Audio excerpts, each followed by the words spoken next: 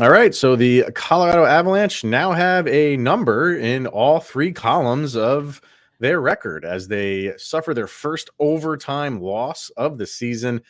This one to the Arizona Coyotes 4-3, and the struggles against Arizona continue, Mr. Sullivan. A lot to talk about on today's episode of Locked On Avalanche. Coming at you. You're Locked On Avalanche, your daily podcast on the Colorado Avalanche. Part of the Locked On Podcast Network, your team every day.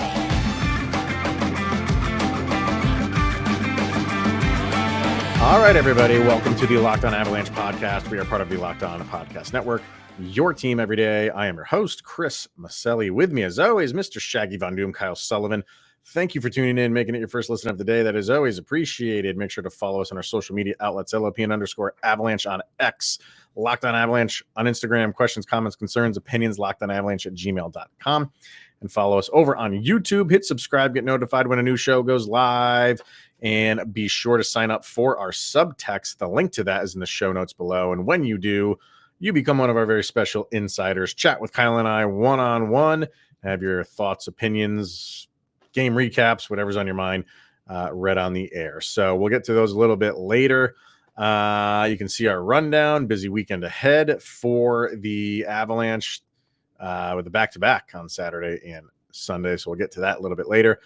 But yeah, let's start in with this game, sir. Avs dropped this thing 4-3 in overtime. It's only their second overtime game of the year. The only other one was San Jose, which they won in overtime. So this was they won in a shootout, I should say. But this one went to overtime. They suffer their first overtime loss of the season.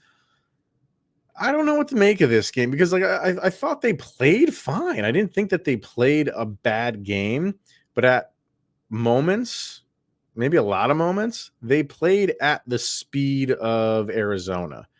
And it's weird. It's like they were kind of, I say they being the Avalanche, kind of like in command in good in a lot of spots, but playing at the pace that Arizona likes. Yeah. You didn't really see him like step it up too much until they were down in the third. When Arizona got that goal early in the third, then the Avs were like, okay, well, you left us the rest of the period to tie this thing, so we're just gonna play. Now we're gonna start playing our up-tempo game, and they were dominant after that in the third.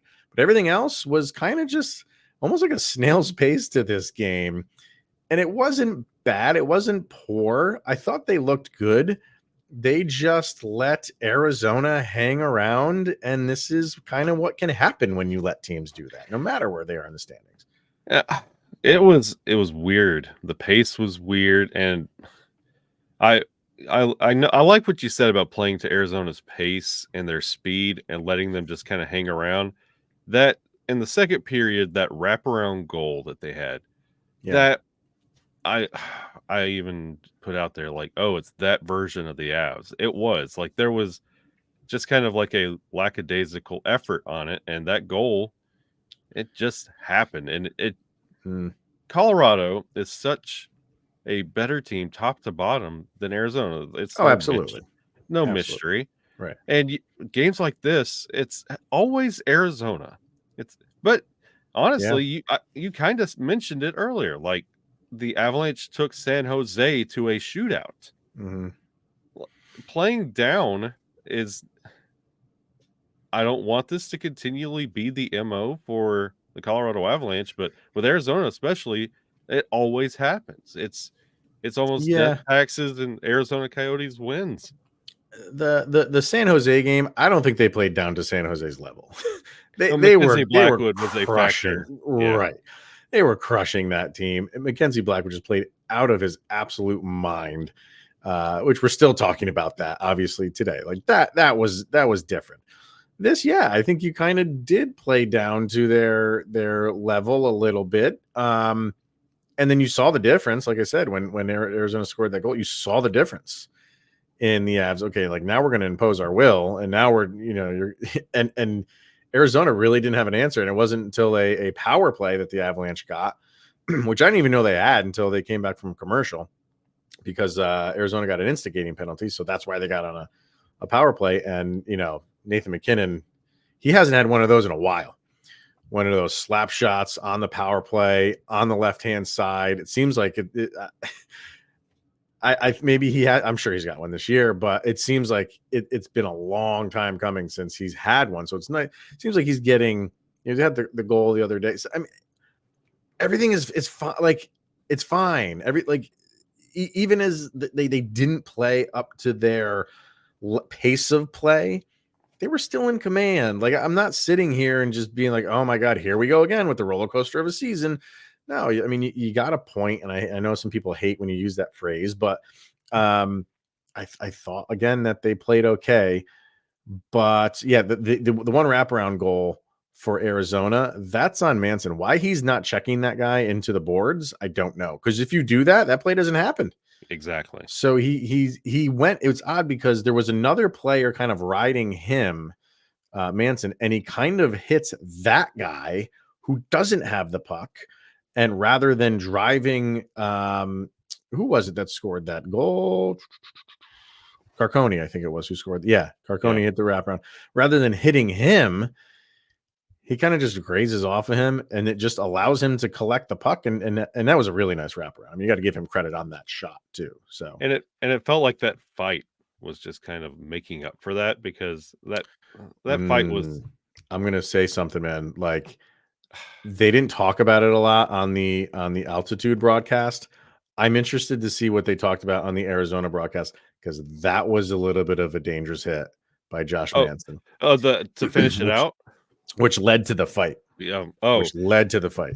The hit that led to the fight, and then how Manson ended it, I did not like, because that was like a DDT, a wrestling DDT, and like, you don't do that. Like, I was not a fan of that either. But I felt like, you know how we were talking about Bo Byram, which I'm pretty sure we're going to get to in a little bit, but you know how we talked about him overcompensating and doing the dumb penalties? I felt like that fight was him overcompensating for that wraparound effort.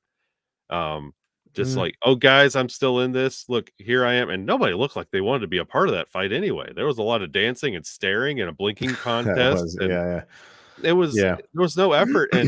And going back to that Nathan McKinnon goal, when it comes to effort, it felt like you were like a young kid and you're out there trying to start your lawnmower and you're pulling and pulling and pulling. Your dad finally like comes out there. He's like, do you want me to get that for you? Pulls one pull, lawnmower started. Like Nathan McKinnon's like, is nobody going to score? Where's that depth scoring that got us to this point? Fine. You guys want a goal? He's going to put it in. Like, he was so matter of fact with that goal. That's good. That's wonderful. That's one of these things that you can rely on. But yeah, the depth scoring that we've been talking about all the way up to this point, it really, Ryan Johansson, didn't see him. Like, there was a lot of the cohesion you thought would carry you through even this weird mismatch of this Arizona Coyotes. You don't know what they're coming at you with. Right. You just know it's annoying more than anything. Oh, they are the annoying stepchild. Absolutely. Yeah, they are so just, they get under your skin. They're annoying. They overfinish checks. They finish shots, those rebounds, those second chance efforts that plague the Avalanche. Arizona lives off those. Yeah. Like, they're just annoying. You figured the depth would just keep pushing, and they just could never get it going. I don't know. I thought the Avs looked really good in transitions, and you know, they just seemed like they were doing, you know, their passing and I thought was great. Like exiting the zone. Like it's they you can tell they're at the point in the season where now things are clicking. Like, we know where my teammate's going to be. And you have that kind of like semi-blind pass that's exiting the zone that's right on a guy. Like, all that stuff looked really good. And I have to say this. I always forget that I don't forget where Arizona plays right now, but I forget the camera angle that you're watching. I love it. Because that arena is so small, that center ice camera is almost right on top of the ice. And it just gives you a different, like, a more up close version of everything. I don't know. I just really like that. I wish all arenas would do that. Just move that camera up a little bit more. Love it. It's like watching on a drone. It is. I love it. Absolutely love it. And maybe it was just that, but I just thought the Avs were were clicking and moving up and down the ice really well. And it's just one of those frustrating games where, yeah, I thought they played well enough to win.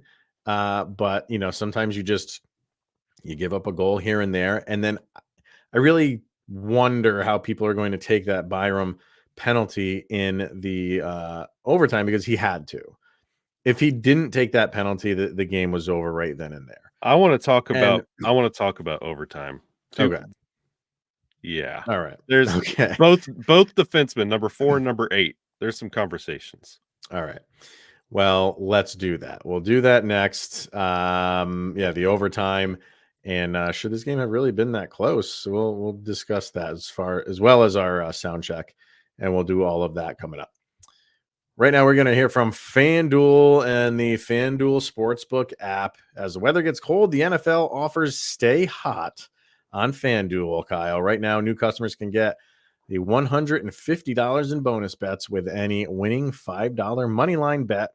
And that is $150 if your team wins, in bonus bets right in your account. And if you've been thinking about joining FanDuel, there is no better time to get in on the action. What do you think for the Broncos this weekend, sir? Ooh. Texas. I saw something on FanDuel. If they win, they have like a 67% chance or something around there to make the playoffs. If they lose, it's like 27%. A lot riding on this game for the Denver Broncos. I'm feeling really good about this Broncos team right now. I mean, they are playing good. But so are the Texans. The Texans are a little bit of a surprising team this year as well. So as long as they're not kicking field goals, it should be an interesting game. So the app is super easy to use and it's super secure. And there's a wide range of betting options, including spreads, player props, over-unders, so much more. So visit FanDuel.com/lockedon to kick off this NFL season. FanDuel is the official partner of the NFL. All right, getting into the overtime period. The Avs, like we said, tied up with the McKinnon power play goal in the third. Some good back and forth for the rest of the game, for really all of the game. It was an entertaining game. Going to overtime, Avs really did the Avs even have a shot on goal in the overtime? I don't believe so.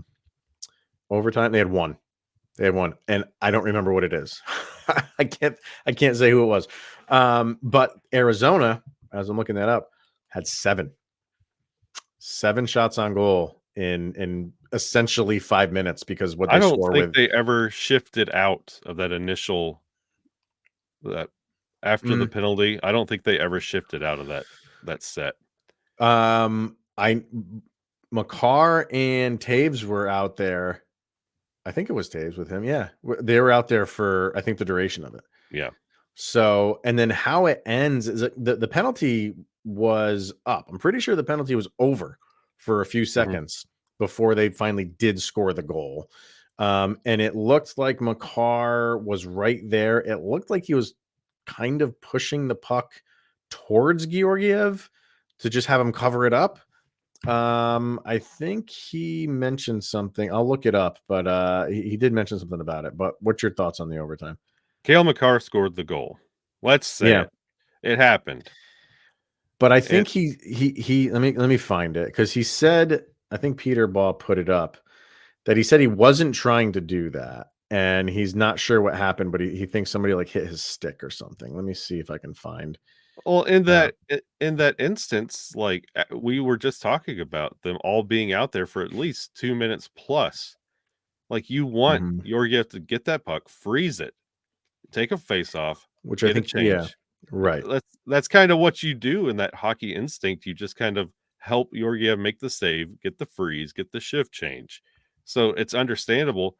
I do believe his stick was messed with, and there was some assistance there, but he said, Cale Makar said he was trying to take away a shot attempt on the last play. Said he thinks someone either hit his stick or it just went off of his. Called it very unfortunate and unlucky.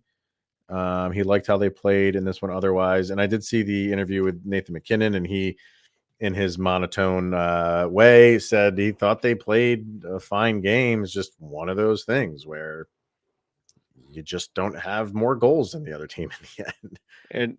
And I know it's easy to do. It's a Bo Byron penalty. Let's all get up and start yelling about it. I thought it was an okay. I honestly He didn't had to even do think it. it was a penalty. I got to It, look at the replay. it was a I one haven't hand. seen it. I Yeah. haven't seen a one-handed slash in a long, long, I mean, long time. if he got it on the hands, it's a slash. I got to see it again. I really haven't seen it yet again. But it was But a if very he, 50-50 penalty. but he had to do it. Yeah, He had to. I mean, the game is absolutely over if he doesn't do it. At least he does it, and he gives his team a chance to kill the penalty, which essentially they did. It's weird because they killed the penalty, but they scored the goal, and there wasn't enough time for him to really jump in on the play for the 4-on-4 before they ended the game. So it's just one of those wacky ends to the game.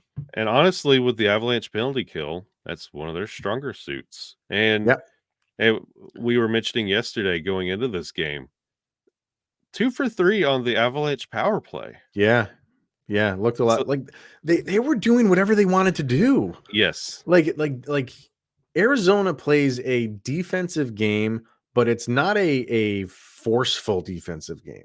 They give you time and space. They give you that. They just make sure that they are in a good defensive position.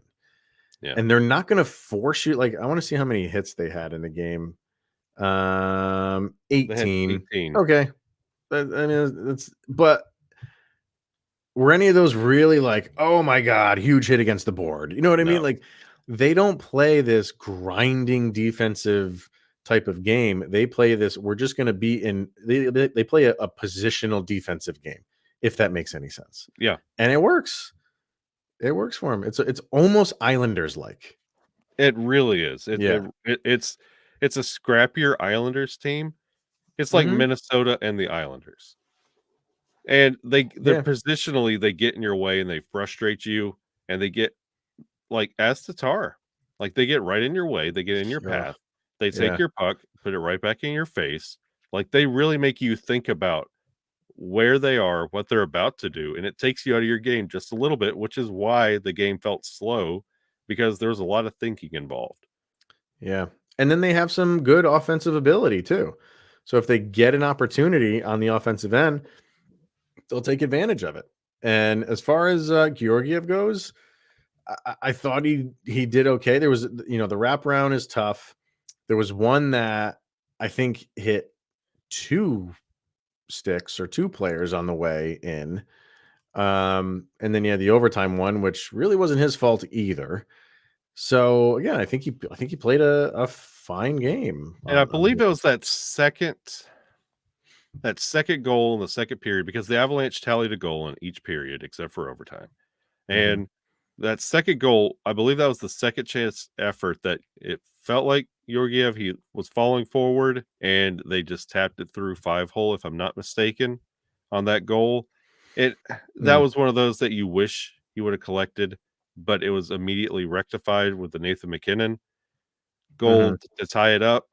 But if Yeah, that was the goal to be the game winner, we would be having a different conversation, I yeah. guess, in hindsight around goalie play. But all in all, at the end, I feel like it was an okay performance. It wasn't great.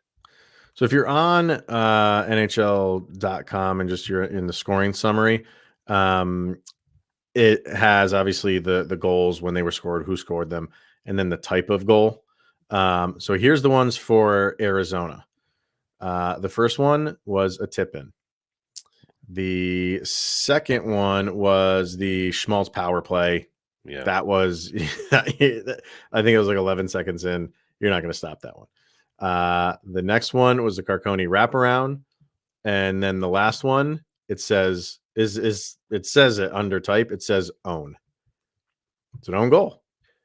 So there you go. So Ooh. 3 out of those 4 goals, you had 2 tip-ins and an own goal for Arizona. And tip-ins happen. I mean, tip-ins are totally legit. I'm not saying that Yeah. they're not, but that specifically that one that just seemed to play ping pong, that one's a tough one to stop. Those are tough to stop. Avalanche benefit from tip-ins all the time. Thank you, Val Nichushkin. I'm not like trying to discount them. I'm just saying, like, with the exception of that power play one, which was just beautifully designed and beautifully set up. With 10 seconds in, they scored the goal. All those other ones are kind of difficult to stop. So So yeah, does I that think he mean did okay. Cale Makar didn't get a goal tonight? So he's now like net zero. Yeah. If he got an own goal and scored a goal, Does he that does scored for that take away from yeah, it? No. he scored for both teams. He's He that good. did. He did. So, yeah, for the Avs, score-wise, you had Val Nichushkin with an assist, Ross Colton with an assist, Miles Wood with a great goal.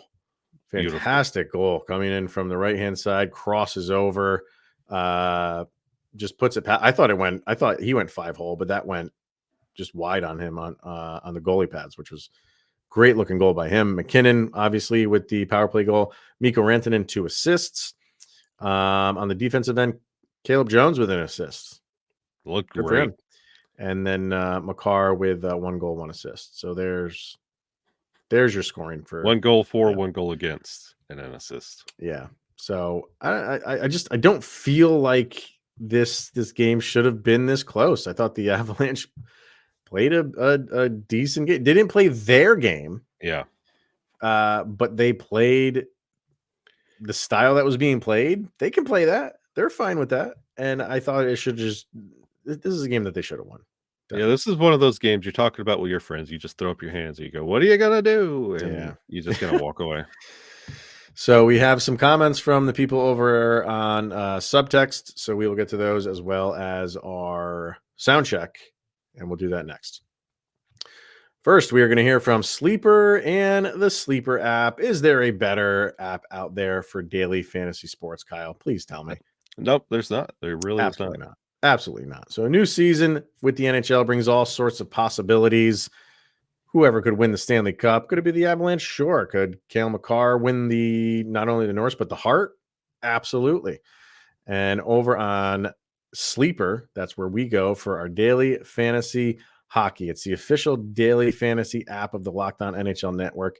And Sleeper is our number one choice for daily fantasy sports and daily fantasy hockey because with Sleeper, you can win 100 times your cash in daily fantasy contests. This is about where I ask you the next game, who are you going to pick? We have 2 games over the weekend, but let's go with the Ducks one. Who do you think is a daily fantasy player for Avs and Ducks? You know what? Just because, let's go Josh Manson going back playing his old team. You love doing that stuff. So why not? Why not? I like that. Defensive. Yeah. Play them. 2 goals, maybe? Why not? It's about time. Wow. Yeah. Put that on FanDuel. So use the promo code Locked On NHL and you'll get up to a $100 match on your first deposit. Terms and conditions apply. That code is Locked On NHL. See Sleeper's terms of use for details and locational availability. All right, let's wrap things up today with some subtext comments and our sound check. Let's see who we got here. I believe this is our good buddy Vargar. I'm aware the Coyotes aren't their traditional bottom feeding selves, but I hate the idea of losing a point against them. This isn't a team where just getting to overtime is an accomplishment. The Avs always tend to play down to their opponents, and that's what they did. They play like this against the Ducks, and they will lose that one too. And then he added Lawson Krause is someone that I thought the Avs should pursue.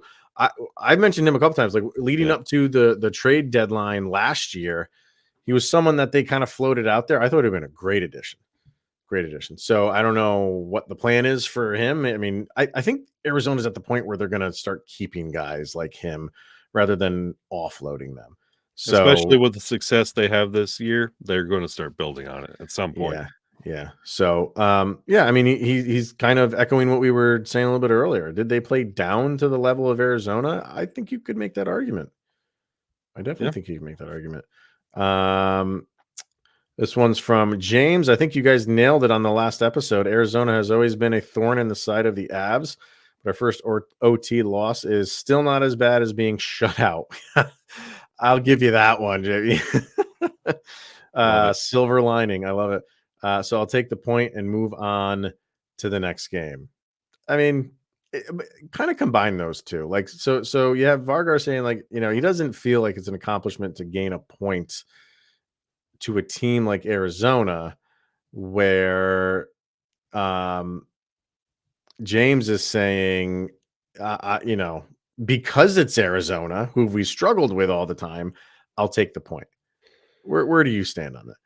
I would much rather have a point than nothing at all, especially it helps that Dallas also lost in overtime, so there's not a lot of because you can start really looking at the standings and plotting and planning where things are going to go. This helps. You would rather have a point. You'd rather have two, but Sure. you Well, have one. yeah. I mean, I guess it's one of those things where it's just like, okay, like one is better than none, basically. And do you put the opponent into the discussion there? I think sometimes you do. Yeah. You know what I mean? If it's like the Blackhawks right now, if it's the Sharks right now, like sure, you put that into the discussion.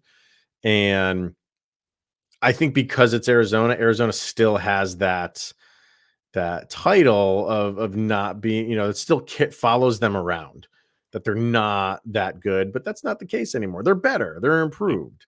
So I don't know. Like I know a lot of people will say this, oh, Arizona, you only got a point against Arizona. Well, it's not your same old Arizona. So maybe we should stop kind of saying that all the time. But I don't think a lot of people are coming around to that yet. I think you're putting the emphasis on the wrong part. You just need to you got a point. It doesn't matter who you got it against. Yeah. Because towards the end of the season, the Avalanche have been in close races for playoff positioning and the title. So you want these points. I don't care who it is. If it's Arizona, if it's Vegas, if you get 1 point, you get 1 point. Yeah. I mean, they add up in the end. So Easton says, I don't know what to say. A double tip in goal, breakdown and penalty goal, or penalty kill goal. Oh, at the end, he's talking about. Got it. Gotcha. Oh yeah. In the own goal, Avs making Georgiev's job so much harder than it needs to be.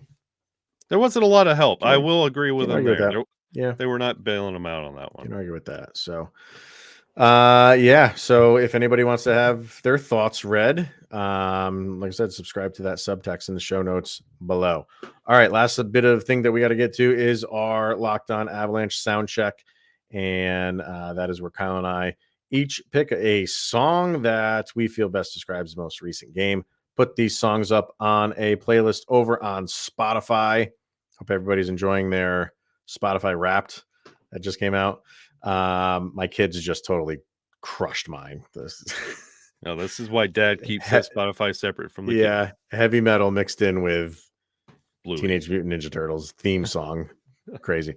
So over on Spotify, these songs go on a playlist called LOA Soundcheck. This is volume number 3. So what do you got for this one, sir? I'm faded, flat busted. I'm jaded. I've been dusted. I've seen better days. Yeah. By Citizen King. Such a good song. Oh, it's one of those songs that just whenever it's on, you finish listening to it. Yep. It's like the Shawshank Redemption. It's whenever the Shawshank Redemption of songs. Of songs. Whenever Shawshank is on, it could be 5 minutes into the movie, or there could be 5 minutes left in the movie. You finish watching. Fantastic movie and a good song. Good song. That's is the vibe it's got a kind of a deserty vibe listening to it. It's just got that raspy kind of just dry vibe. Right. Yeah. And the Avalanche have played better games. You've seen better days, and you hope the bottom doesn't fall out in this. Yeah. The Duck King Duck series that we got coming up. Yep. So, and it's easy to do. The Kings look good. The Ducks are whatever. So you want to see them get back on track. Kings look very good. Yep. When we were talking about Arizona, and they were even saying it in the subtext. They're a thorn in the side of the Avs. They have been for a few years now. So that's why I went with Tom Petty and the Heartbreakers, and the song is "I Should Have Known It," because we should have known this. We should have known this was not going to be easy, and obviously it was not.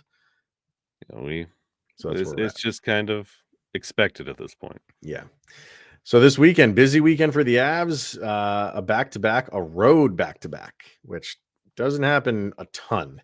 You're going from Anaheim to Los Angeles, not a long ride, but back-to-back away is nothing you really look forward to. So quickly, what do you think is going to happen this weekend that we'll talk about on Monday? I think they're going to take both Duck games, but that Kings game is going to give them fits. And oddly enough, the Kings are fantastic on the road. Yeah. The struggle, I don't want to say struggle. They don't have many losses this year, but their home record is worse than their road record.